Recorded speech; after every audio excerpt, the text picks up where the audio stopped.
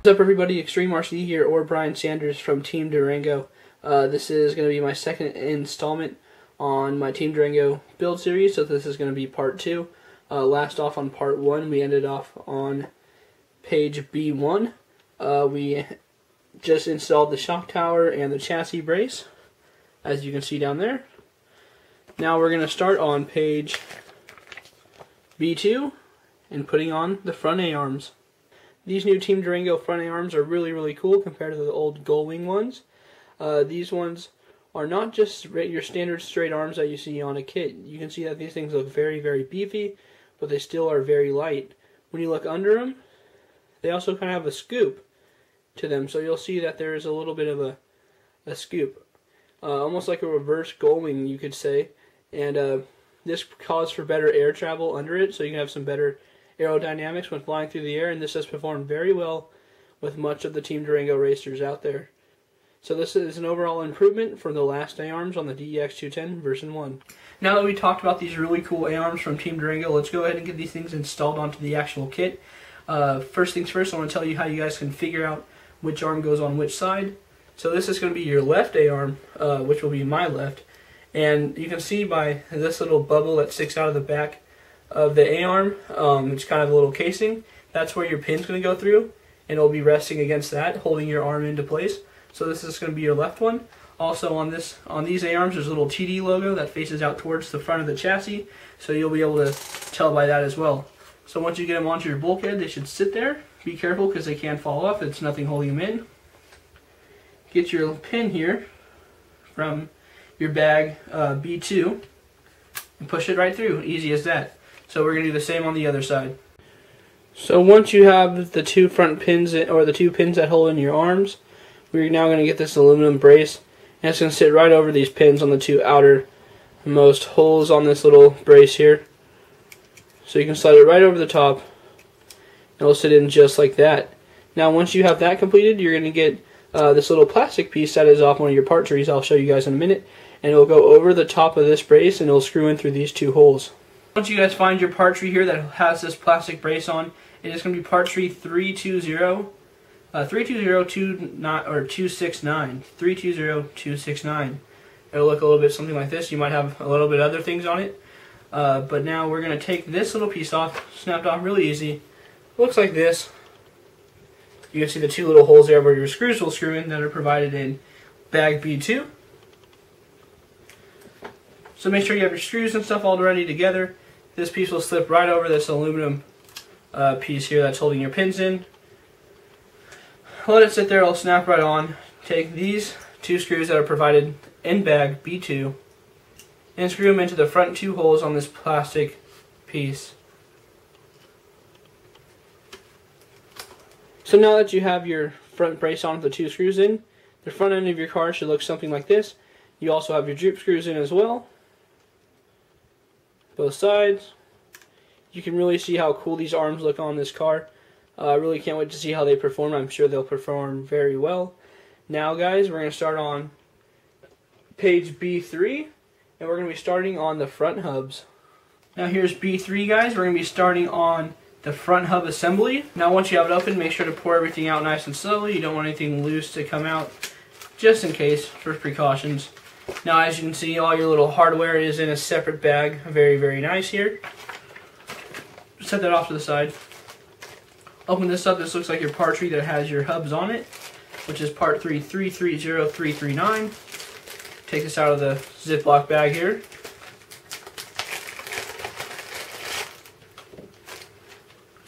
And I'm going to go ahead and take this part tree out of this Ziploc bag. So once you have both part trees out, you're going to want to look at your manual and see what it wants you to do first. Just notice guys, when you're taking off your hubs, it is going to leave some of the part tree plastic left on.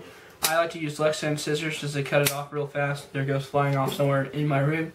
So I'm going to be starting off by doing the right hub. So let me go ahead and take off the other piece, which is going to be part number 330339-4. Locate number 4 and this other piece here. You're going to go ahead and figure out how I want you to assemble it. You're going to start off with getting this piece here, which is part number 330394. right here, like I said, we're building our right hub. You're going to want to look at your manual and see what it wants you to do. So first we're going to get the little adjustment here. It's going to be one of your part numbers off of this. If you just follow your manual, you should be having a really easy time at doing this. So once you find and locate number 10 off of this part tree, which is this right here, you're going to want to slide it in to this hole on the bottom. Like I said, guys, I'm doing it the way that the factory tells you to from the manual. You have plenty of different adjustments to this kit that you can play around with, but I just want to show you guys how the factory tells you to do it. Now the next thing we're going to do is get our ball studs out of this plastic bag. Make sure when you pour everything out of this little bag that you're safe, that you don't lose anything. You should be putting the ball stud into your innermost hole, which will be facing the inside of your chassis. It'll slide right in, and on the back side there's going to be a place that you can put a small nut. And once you locate your small nut out of that little bag we just poured out, you'll just put it onto the other side, wrench it right in, and you'll have no problems. So once you have your ball stud in, it should look something like this, with your nut on the other side. Hopefully you guys can see that there.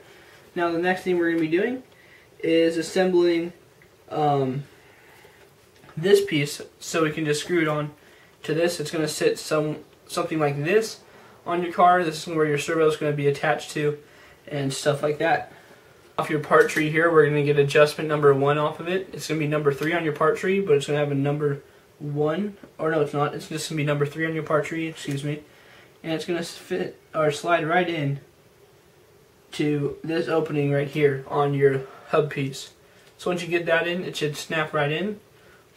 It'll be nice and flush with this piece here. Once you get that in, you're going to want to take one of your little spindles here.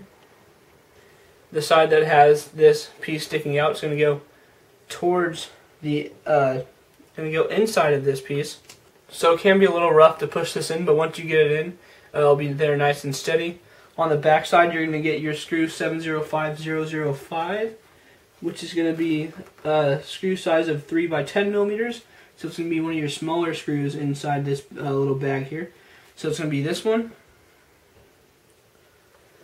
Once you have that, the manual calls for a red Loctite. So I'm going to get the red Loctite that comes with the Durango kit. You're going to want to put a little bit of this on there. And what you do is you're going to put it in right through the rear of this piece. It's going to screw right into your spindle, nice and easy. Make sure you put that Loctite on there, guys. You do not want this spindle falling off, and the Loctite will make sure to keep that secure. So once you get the red Loctite on that screw and screwed in, it should look something like this. And then we're going to move on to putting on the ball stud piece to this part. So the ball stud's going to go on just the same way as the other piece did, but it's just going to be on a different looking area. The ball stud's going to go through this little hole, and on the back you're going to put in your nut, and you're going to screw right through. It's as simple as that. Just look at your manual, guys, and you should have no problem. The one thing I forgot to mention, when putting on your ball stud or pivot ball onto your hub, you're going to want to put on washer number 2 on the same part tree we've been using down there. I forgot to mention that during the build. So now let me get on to the next part of the video. Both hubs are done. We're now going to move on to getting our hubs assembled to our actual chassis itself. What it's going to really need is bag B4, some pins and some screws. It's really easy to do. Let me show you guys real quick. Bag B4 is just this little bag that you will see here. It has 2 pins and 4 little screws. This is what you'll be using to get your hubs onto your A-arms, and then you'll be ready, or pretty much done, with your front end of your Team Durango DEX210v2. So let me get this bag open here. I'm going to use my Lexan scissors. Bag is open. Pour everything out. Make sure you don't lose any screws, like I always say. Just got to remind you guys, because I'm kind of known for losing screws. Now, you have your arms on just like this, not going anywhere, nice and sturdy.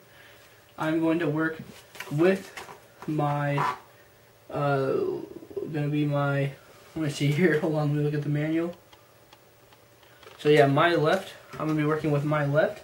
It's really the same thing on each side. What you're going to be needing is 4 of those number 1 washers we've been using this whole time. These plastic ones, so it's this part tree that's filled with them. Part tree number 330363. We're going to be using 4 of these number 1, so 1, 2, 3, 4. I like to cut them off with Lexan scissors. Get all 4 washers here. You're going to grab whatever hub you'll be putting on first. In my case, I'm using my left hub. And you're going to grab the 4 washers, and what they're going to do is they're actually going to stack. They're going to stack 1, 2, 3, 4 along where the hub's actually going to be placed. So your hub's going to be sitting against the back here, and all 4 are going to be placed right in front of it, and you're going to put the pin right through, and I'll show you what you do next. Once you get your pin in, you should have all 4 washers right there. As you can see, there's all of them in between the hub and the A-arm. Now the hub will sit in there, but you're going to have 2 little set screws. There are going to be 2 little screws. One's going to screw in right here, and the other's going to screw in through the back. Make sure you get your pin all the way through. It might take a little bit of force, but it should be sitting flush, and you should be able to see it come out through the other side of the arm just a little bit. It should not be sticking out like this. So it's hard for me to push with my thumb, but let me show you what it'll look like if you force it a little bit. I see that the pin is flush with the A-arm. It's not sticking out the other side either. What I used was just the back end of my 2mm hex driver, and I just jammed it in with this, so you don't have to hurt your fingers at all, because it is a pain to do going in through brand new plastic. So it's just easy to all you gotta do is use the little plastic end of your driver or whatever you have and push it in. So you'll see that, if I can get to focus here, that you have the pin right there in that hole to your left, and to the right there's another hole that your set screw will go in. It'll be the same thing into the front, and then your pin won't be coming out.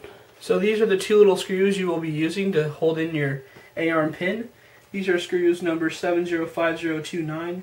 There are 4 of them total, as you can see there. And they are 2.5 by 4mm screws. So they're very, very small.